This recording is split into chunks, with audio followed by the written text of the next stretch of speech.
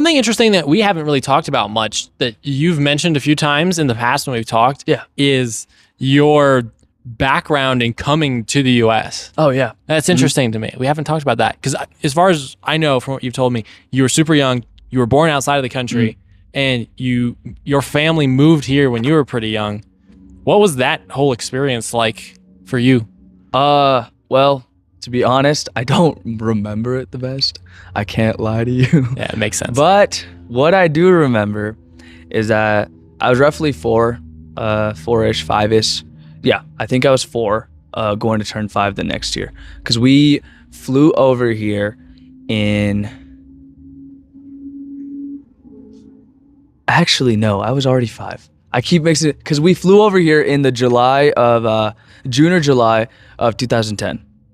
And my sister was already born, and I was born in 2005, so, already 5. And I remember, just having to leave school, everything, and then I come here, and it's completely different. It's actually, we take that back. It wasn't July, it was January or February, because the most important thing that I remember about my first time coming here is that we were hit with the nastiest snowstorm possible. And I'm like, what is this? Because I've never seen snow before. Never had seen. So I'm just like, what the heck? What country did you come over from? India. Okay, I was born in India, in the northwestern part of India, in a state called Jharkhand. And I lived there for a little bit, and then I lived in New Delhi where my grandparents were. And then I also partially lived in a place called Bangalore, which is more south. I don't remember the state that's in, that's the city, I'm pretty sure.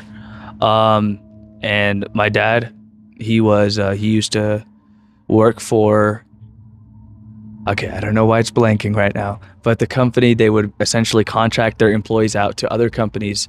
So he was actually, he got the opportunity to work for Shell in Europe. He went to the Netherlands for that, from when I remember him telling me about it. And then he came to the United States to start working for Dish Network. And then, he got that opportunity. And then that was stable enough to where he decided, okay, let's get everybody over. So he stayed about a year before he gave us the go to, all right, you can come over.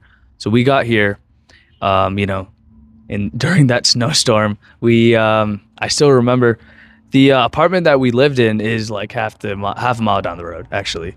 It's called The Retreat. It actually used to be called Emily or something when we moved there for the first time.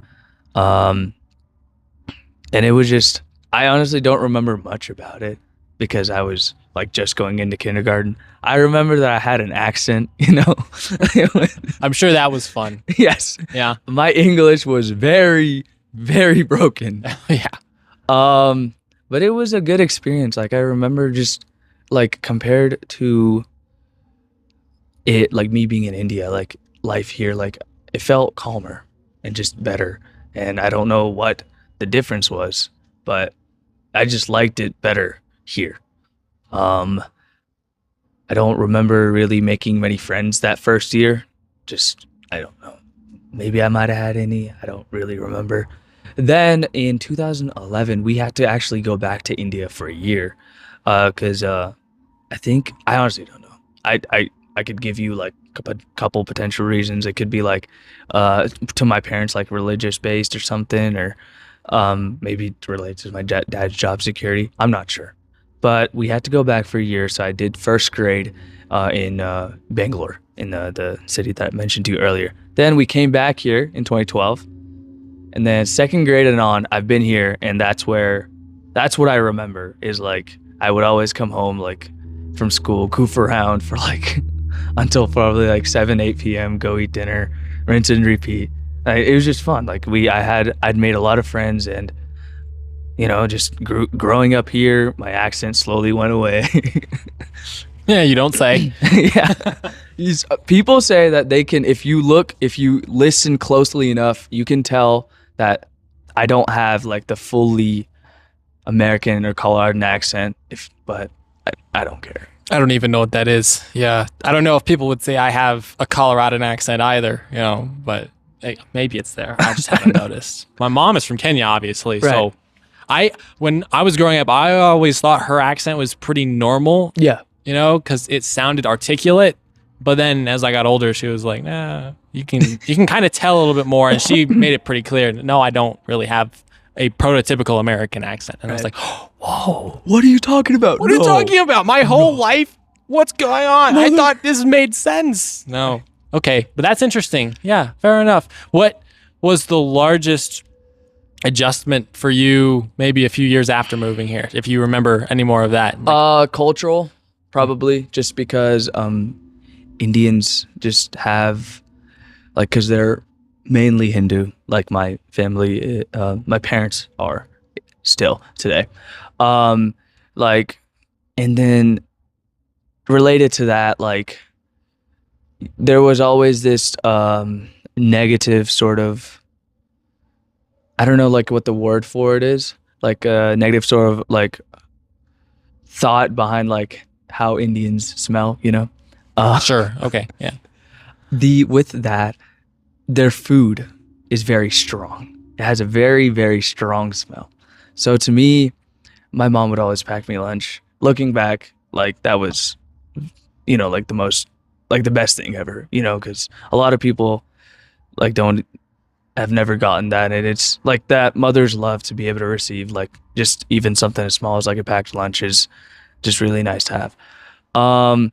I was, like, embarrassed to have that out, because whenever I did, I remember people making comments about it or joking about it, like, oh, what's that smell? Like, what's going on? So I had a knack for, honestly, like, throwing that food away because I didn't appreciate it, and I would always get, like, the hot lunch at school. Before Michelle Obama ruined it, partially because halfway through second grade, I swear, that food went through some horrible changes. Oh, no. I don't know what happened. Oh, no.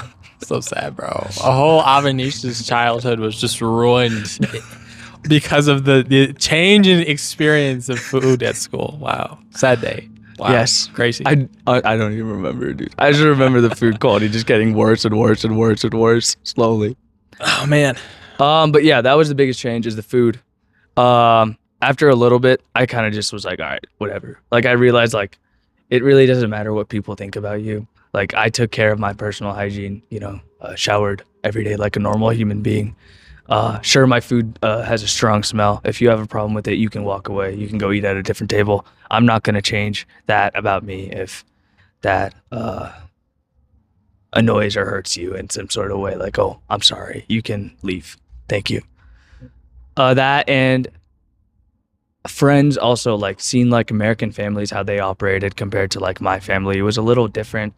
So it was just not like a change that I think was bad or anything or something I had to make. It was just understanding that I'm different, and my family's a little different for how we operate, but it's not a bad thing. Yeah, that makes sense. What age were you when you kind of realized that thing that you just mentioned, the whole idea that it doesn't really matter what other people think about me or my culture or what I eat? I'm just going to identify with my culture in that way and not necessarily care what people who aren't of my culture think about that. At what age do you think you were when that settled? I would say I was pretty rebellious against it until, I want to say, like, middle school. Between, like, 6th through 8th grade is when I, like, slowly started to understand, like, it doesn't really matter.